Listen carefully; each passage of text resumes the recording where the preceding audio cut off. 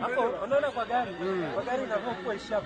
Kama unafanya ulikuwa ndio. Yeah.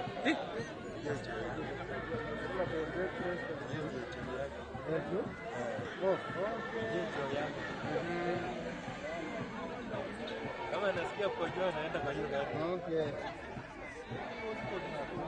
Sio kama wewe utatafuta. Kweli. Ole. Ndio gani sasa? Ndio.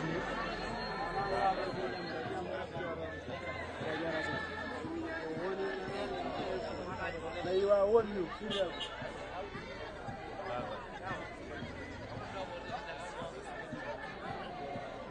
Sinkwanirizaako mukwano gwange najjo sinza okubanga otuwuliriza okola kyamaanyi nnyo okwekumira ku mayingo gano aga Yugi Update TV. Nagambye gwe agala otweyungako genda wansi waliwo ekigambo subscribe kikooneko ojja kubusobola bulungi nnyo okubanga otugoberera ng'otufollowinga buli ekigenda mu maaso mu ggwanga lyattu Uganda saako ne wabweru w'ensi yonna yonna singa ensonga zino ziba zirina engeri gye zikwasaganyizaamu mu ggwanga lyaffe erya Uganda. Tegeeza nti nno okola kyamaanyi nnyo ali emitala w'amayanja naawe nkwanirizaako nnyo nnyo. Mukwano gwange awo wennyini mu katambi ako ke nkuteereddeko we tugenda okujja omulamwa gw'olwaleero. Eggulo wabaddeyo okwekalakaasa eri abatuuze mu disitulikiti y'e Isingiro olw'ensonga nti nno bawulira bakooye konvoyi eziyitiŋŋana buli lunaku.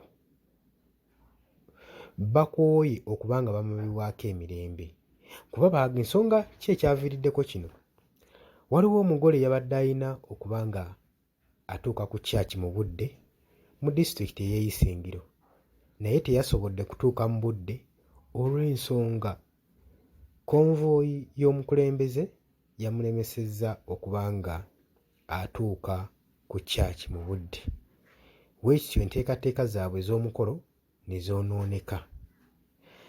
Kaakati mu mbeera eno bavuddeyo nga beekalakaasa abatuuze olwa konvoyi ezisusse okubanga zibamalako emirembe. Bagamba nti nno tuzikooye zimalako abawi b'omusolo emirembe olw'ensonga nti zitaataaganya nnyo emergency ogeza nga ambulance ezitwala abalwadde zibataataaganya saako n'okutaataaganya ambulance oba ezitwala abalwadde oba abalwadde ab'embuto.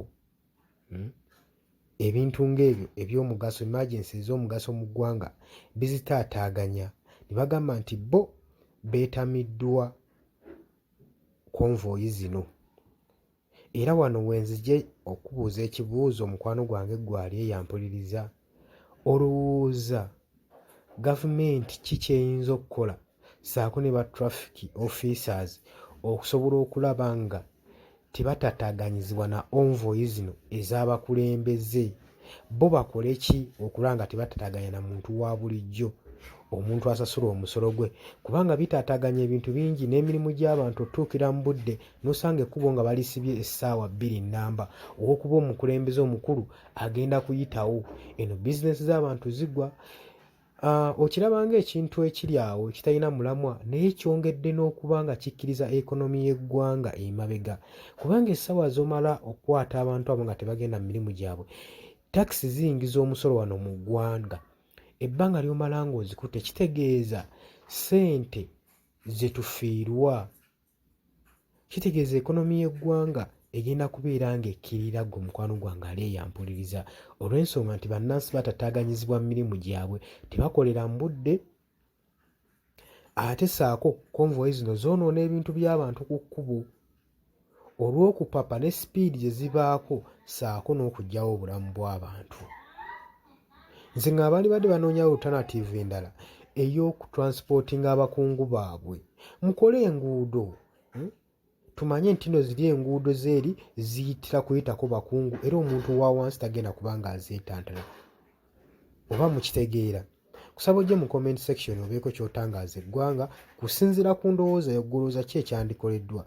Bw'agala otweyunga kugenda wansi waliwo ekigambo subscribe kikooneko ojja kuba osobola bulungi nnyo okweyunga ku nteeseganya eno osobole okuba ng'ojuna eggwanga ssaako n'abakulembeze baffe ku ki ekiteekeddwa okukolebwa ku konvoyi zino ez'abakulembeze zimazeeko bannansi emirembe zibalemesa n'okukola emirimu gyabwe gwe mukwano gwange aleeyampuliriza. Tegeeza nti no mbaagala nnyo mbadde bawuliriza balungi mwebale kwekuumira ku mayengo ga UB Updates TV.